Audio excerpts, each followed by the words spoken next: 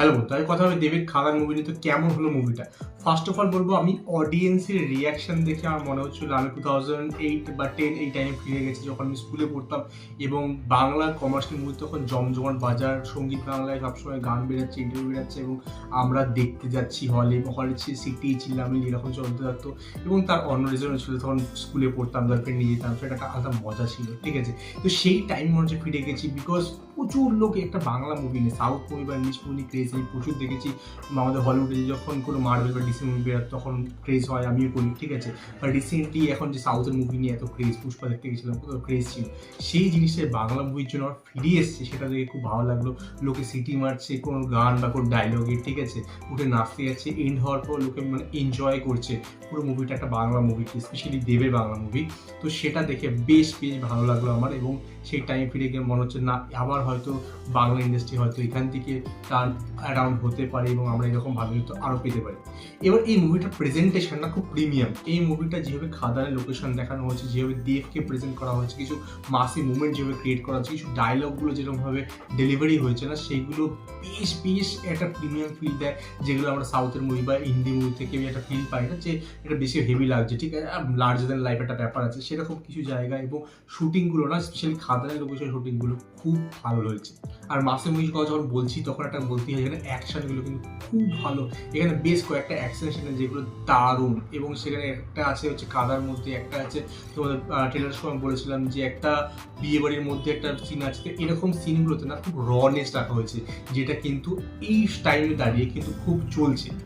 তুমি অ্যানিমেল মুভির পর থেকে কিন্তু ব্যাপারটা মুভিতে কিন্তু খুব ভালো কাজ করছে এবং লোকে চাইছে এবং অডিয়েন্স কিন্তু এটা ক্রেভ করছে, এবং সেটা কিন্তু দেওয়া হয়েছে। আমার সেটা খুব ভালো লেগেছে বাংলা মুভিতে, এবং সেটা যেভাবে দেখানো হয়েছে না, সিনগুলো খুব ভালো লেগেছে। এবং কমার্শিয়াল মুভি যেরকম হয়ে থাকে, মাসি মুভি যেরকম হয়ে থাকে, সেই ধরনের অ্যাকশন যেটা লোকে মানে ক্রেজ বাড়াবে, ঠিক আছে, হাইপ বাড়াবে, সেই জিনিসটা রাখা হয়েছে, সেটা কিন্তু খুব ভালো লেগেছে। এরপরে যদি বলি ডায়লগ, তোমরা অলরেডি অনেকগুলো ডায়লগ তোমরা টিজারে ট্রেলারে দেখেছো, শুনেছো, যেগুলো মাসি লেগেছে সেরকম কিন্তু থ্রু আউট দ্য ফিল্ম কিন্তু ছড়ানো আছে, এবং প্রত্যেকটা ডায়লগ কিন্তু হিট করে।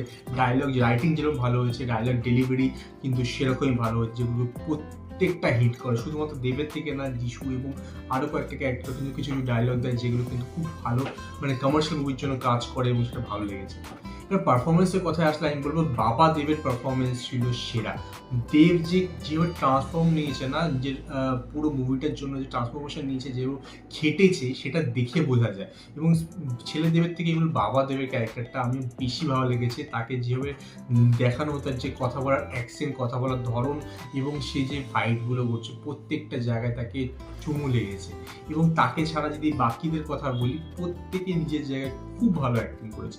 সেখানে আমি যিশুর কথা না বললেই না, ফার্স্ট হাফের থেকে সেকেন্ড হাফে আমার যিশুকে বেটার মনে হয়েছে, যখন একটু বয়স্ক হয়েছে। এবং সেখানে তার ডায়লগ ডেলিভারি শুনবে তুমি, মানে শুনে তোমার এত মজা লাগে কি বলবো। সেখানে তার ডায়লগ ডেলিভারি, সেখানে যেভাবে সামলাচ্ছে যে কোনো সিচুয়েশনে, যেভাবে এক্সপ্রেশন দিচ্ছে, সেগুলো দেখে আলাদা মজা লাগে। এবং বাকিদের কথা বলে পার্থ সারথী, অনির্বাণ চ্যাটার্জি, জন ভট্টাচার্য থেকে শুরু করে ইধিকা, বরখা, প্রত্যেকে নিজের জায়গায় খুব ভালো অ্যাক্টিং করছে। কাউকে এরকম মনে হয়নি যে না এই একটু খুব কিরম মনে হচ্ছে, এরকম কাউকে মনে হয়নি। প্রত্যেকে নিজের জায়গায় খুব ভালো ডেলিভারি করেছে, খুব ভালো অ্যাক্টিং করেছে, খুব ভালো পারফরমেন্স দিয়েছে, এবং পুরো মুভিটার যে ব্যালেন্সটা সেটা ধরে রেখেছে। আরেকটা কথা না বললেই নয়, সেটা হচ্ছে বিজিএম আর মিউজিক। মুভিটা দারুণ। বিজিএম যে কোনো, যখন কোনো সিকোয়েন্স চলছে, যেখানে বড় ডায়লগ চলছে, বা যখন কোনো অ্যাকশন সিনে যে বিজিএমটা বাজিয়েছে, সেটা দারুণ লেগেছে। সেটা প্রত্যেক জায়গায় যে হিট করে, খুব ভালো লাগে। যদি ভালো কোনো সারাউন্ডিং সিস্টেমে তুমি শোনো, ভালো কোনো হলে তুমি শোনো, তাহলে কিন্তু তোমার বিজিএমগুলো, যে ফাইটিং সিন স্পেশালি, খুব সুন্দর হিট করবে। এবং মিউজিক আমরা অলরেডি সব কটা গান, মানে যে কটা গান শুনেছি প্রত্যেকটা ভালো লেগেছে। এবং একটা পার্টিকুলার গান আছে, রাধারানী, ওটা কিন্তু আমাদেরকে ভিডিও দেওয়া হয়নি, সেটা তোমার হলে দেখে কিন্তু সারপ্রাইজ হবে, এবং সেটা যেভাবে ইউজ করি সেটা কিন্তু প্রশংসাযোগ্য। এবং মুভির আরেকটা বড় ইম্পর্টেন্ট এবং ভালো বিষয় হচ্ছে বাবা ছেলে যে কম্প্যারিজন, এটা আমরা ট্রেলারও টিজারও বারবার দেখছিলাম। বাবা ছেলে যেভাবে কথা বলে, যেভাবে ফাইট করে, যেভাবে বিড়িটা মুখে আনে মুখ থেকে বের করে, ঠিক আছে, সেইগুলো যে কম্প্যারিজনগুলো আমরা ট্রেলারে দেখেছিলাম, সেটাকে যেভাবে প্রেজেন্ট করেছে মুভিতে, সেটা কিন্তু খুবই ভালো। ওকে, এবার যদি প্রবলেমের কথায় আমি আসি, প্রবলেমের সব থেকে বড় আমার প্রবলেম মনে হচ্ছে মুভির যে রান টাইমটা, সেটা শর্ট মনে হচ্ছে। এই মুভিটা আর একটু রান টাইম দরকার ছিল, বিকজ অনেক জায়গায় কাহিনীটা খুব রাশ, স্পেশালি ফার্স্ট হাফে যখন খাদানের স্ট্যাবলিশমেন্টটা কীভাবে খাদান স্ট্যাবলিশমেন্ট হচ্ছে, সিন্ডিকেট কীভাবে কাজ করছে, কীভাবে এত বড় এম্পায়ার চলছে, সেইগুলো খুবই রাশ করা হয়েছে, যেখানে কিন্তু টাইম স্পেন্ড করার দরকার ছিল। খাদান যখন ওরা দুজনে মিলে তৈরি করছে এবং মানে পুরো এম্পায়ারটা তৈরি করছে, সিন্ডিকেট তৈরি হচ্ছে, এরপরে কীভাবে রানিং চলছে, সেগুলো না আরও টাইম দেওয়া উচিত ছিল। আর বাবা দেবের ক্যারেক্টারটা টাইম কম পেয়েছে, স্ক্রিন প্লে অনেক কম রায়তেন ছেলেদের, ঠিক আছে, বাট আমাদের বাবা দেবের ক্যারেক্টারটাকে বেশি ভালো লাগছে।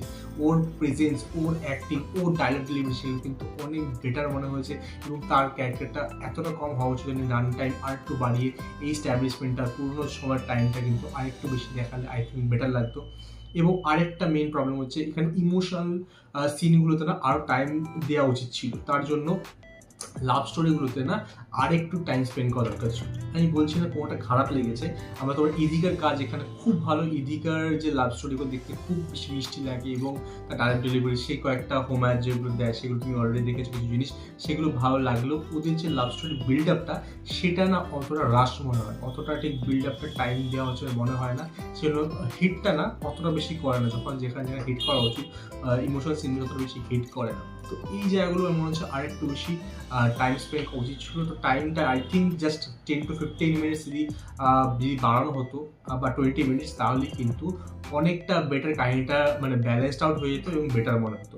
আর যেটা বলছিলাম রাশ ব্যাপারটা ফার্স্ট হাফে বেশি লাগলো, সেকেন্ড হাফে কিন্তু অনেকটা ব্যালেন্সড আউট এবং সেখানে কিন্তু বেশি মজা দেয়। তো অল ইন অল তুমি যখন এন্ড করে মুভিটা তোমার দেখে বেরানোর সময় মুখে একটা হাসি থাকবে, একটা স্যাটিসফাইং ফিলিং মুভিটা দেয়। এবং এই মুভিটার জন্য দেব সুরিন্দর ফিল্মস এবং ডাইরেক্টরকে একটা বড় হ্যাটস অফ, যে তারা এত ভালো অ্যাটেম্প করেছে এবং এত প্রিমিয়ামনেস দিয়েছে এবং তারা যে খরচা করে সেটা বোঝা যাচ্ছে। তো ফার্স্ট ডে তো দারুণ হলো, আই থিঙ্ক বাংলার লোক আরও দেখতে যাবে এবং মুভিটা ভালো বক্স অফিস বিজনেস করে, যাতে আমরা এই ধরনের ফিল্ম আর এর থেকেও বেটার ফিল্ম হয়তো পরে আরও পাবো যদি এই মুভিটা কাজ করে। তো তোমরা কি মুভিটা দেখ, তোমাদের কতটা এক্সপেকটেশন মিটলো, তোমাদের কেমন লাগলো এই বিষয়ে কিন্তু কমেন্টে নিশ্চয়ই জানিও। আমার সঙ্গে দেখা হবে নেক্সট ভিডিও।